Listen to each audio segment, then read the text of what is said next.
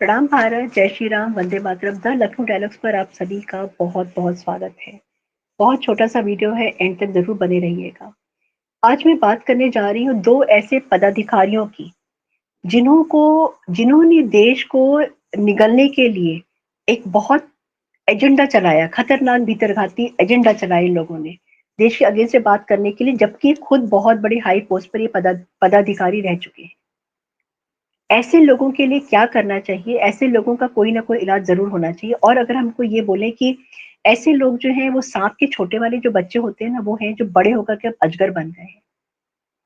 बहुत सारे ऐसे लोग हैं देश में जो दुश्मनों का एजेंडा चलाते हैं।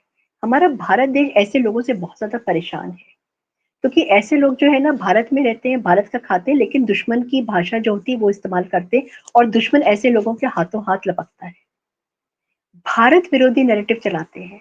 और ऐसे लोगों को अब नजरअंदाज करने का समय खत्म हो गया है। अब ऐसे लोगों का जो है कुछ ना कुछ इंतजाम जरूर करना चाहिए सरकार को। बहुत हो गया, इनफ इज इनफ ना। मैं सबसे पहले बात करूंगी सत्यपाल मलिक की। सत्यपाल मलिक पूर्व राज्यपाल और भाजपा के पूर्व नेता रह चुके हैं ये। सत्यपाल मलिक राज्यपाल जब थे जम्मू कश्मीर के, तब उस समय जो ये नियुक्त हुए थे 2018-2019 में, सरकार ने इनको पद दे दिया कि पद पे आ गए थे, लेकिन सरकार के अगेंस्ट में ही ये बातें करते रहे थे। सरकार के अगेंस्ट में बातें करते थे। किसान आंदोलन हुआ। किसान आंदोलन में कथित तौर पर सरकार विरोधी इन्होंने बातें की, और आंदोलन को नेशन वाइड ले जाने की इन्होंने धमकी दिया था, राष्ट्रव्यापी बनाने की इन्होंने धमकी दी थी। मतलब ये इस तरीके से एंटी इंडिया हो गए थे, और किसानों का समर्थन पाने की इन्होंने बहुत ज्यादा कोशिश की थी। ये पहुंच गए थे किसानों के बीच में, लेकिन किसानों ने इनको रिजेक्ट कर दिया था और ये नाकाम हो गए थे। फिर पाकिस्तान जैसे आरोप लगाता है ना, उस तरीके का आरोप इन्होंने लगवाना शुरू कर दिया था कि पुलवामा हमले में भारत सरकार है उसका हाथ है। इलेक्शन जीतने के लिए भारत सरकार ने पुलवामा कराया था। और यही आरोप पाकिस्तान इंटरनेशनल जो है वो इंटरनेशनल फोरम में भारत के खिलाफ पेश करता है। कितनी गलत बात है ये। इंटरनेशनली जाकर के पाकिस्तान ये बात बताता है कि भाई इनके देश के जो नेता है भारत के, वो इस तरीके की बात करते हैं। और अभी नया नया इनके साथ में क्या हुआ है, सीबीआई ने एक चार्जशीट इनके ऊपर फाइल कर दी है। जम्मू कश्मीर के हाइड्रो पावर प्रोजेक्ट में 2000 करोड़ का इन्होंने घोटाला किया है, और उसके बाद चार्जशीट फाइल हो गई है। बचने की तो बहुत ज्यादा इन्होंने कोशिश की, और बचने की कोशिश में एक्टिंग के सारे पैरामीटर इन्होंने जो है ना खत्म कर दिए हैं।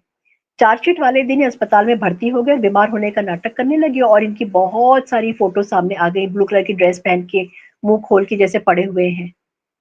उन्होंने ये दिखाने की कोशिश की कि बहुत ज्यादा जो है ये अनहेल्दी है, अस्वस्थ है।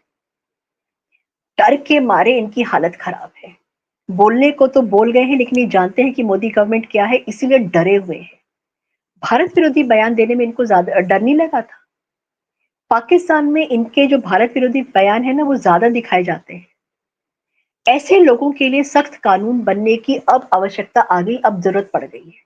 ऐसे लोगों को अब स्पेयर करने का टाइम नहीं है, क्योंकि देश एक निर्णायक स्थान पर खड़ा हो गया है इस समय, पहलगांव के बाद में। दूसरा नाम है यशवंत सिन्हा का। एक्स आईएएस है और पूर्व वित्त मंत्री है। भाजपा में और तृणमूल कांग्रेस दोनों जगह पे नेता रहे। इनके अगर मैं राजनीतिक करियर की बात करती हूँ, तो राजनीतिक करियर इनका आई मी एंड माई सेल्फ पे रहा है। ये कहते हैं कि जेपी आंदोलन में थे, लेकिन जेपी आंदोलन का इनका जो दावा है वो झूठा है। असल में ये सीधे चंद्रशेखर के संपर्क में थे, और राजनीति में इनको लाने के लिए चंद्रशेखर ही थे। इनकी जो विचारधारा है ना, वो अल्टी पल्टी हमेशा मारती रहती है, कभी एक जगह फिक्स नहीं होती है। कभी तो ये संघ के विरुद्ध में खड़े हो जाते हैं, और कभी संघ के समर्थक बन जाते हैं। ये स्टेबल नहीं है। जसवंत सिंह को हटवा करके खुद जो है फाइनेंस मिनिस्टर बने थे।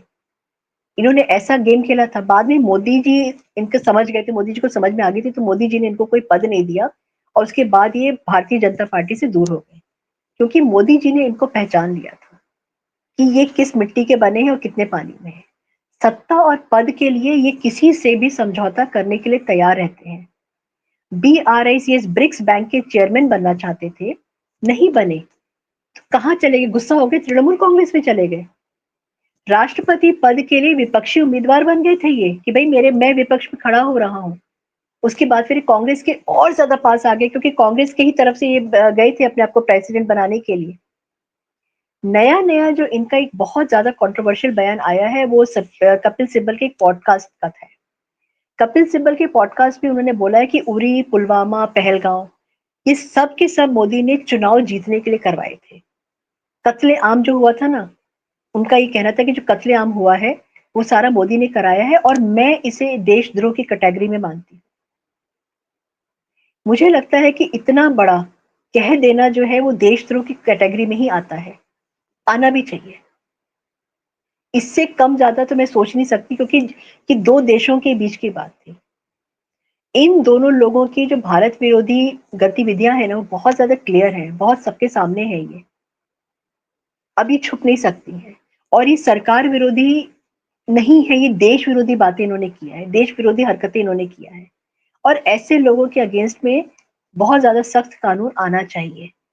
जनता के बीच में एक ऐसा उदाहरण जाना चाहिए कि अगर आप एक देशद्रोह किया है तो आपके ऊपर एक्शन लिया जाएगा और देश विरोधी एजेंडा अब नहीं चलेगा। ये चीज जब तक नहीं होगी लोगों को समझ में नहीं आएगा। बहुत हो गया, इनफ इज इनफ, क्योंकि ऐसे लोग जो हैं वो देश की जड़ें खोदने का काम कर रहे हैं। और अगर इनके ऊपर एक्शन अभी नहीं लिया गया ना, तो फिर बहुत देर हो जाएगी, क्योंकि इनके जैसे बहुत सारे लोग इनका एग्जाम्पल लेकर के आगे बढ़ रहे हैं और बोल रहे हैं, और उनको पता है कि कानून के रास्ते से वो बच सकते हैं, क्योंकि बड़े बड़े बैटरी ऑफ लॉयर्स इनके लिए खड़े हो जाते हैं। But now this is high time.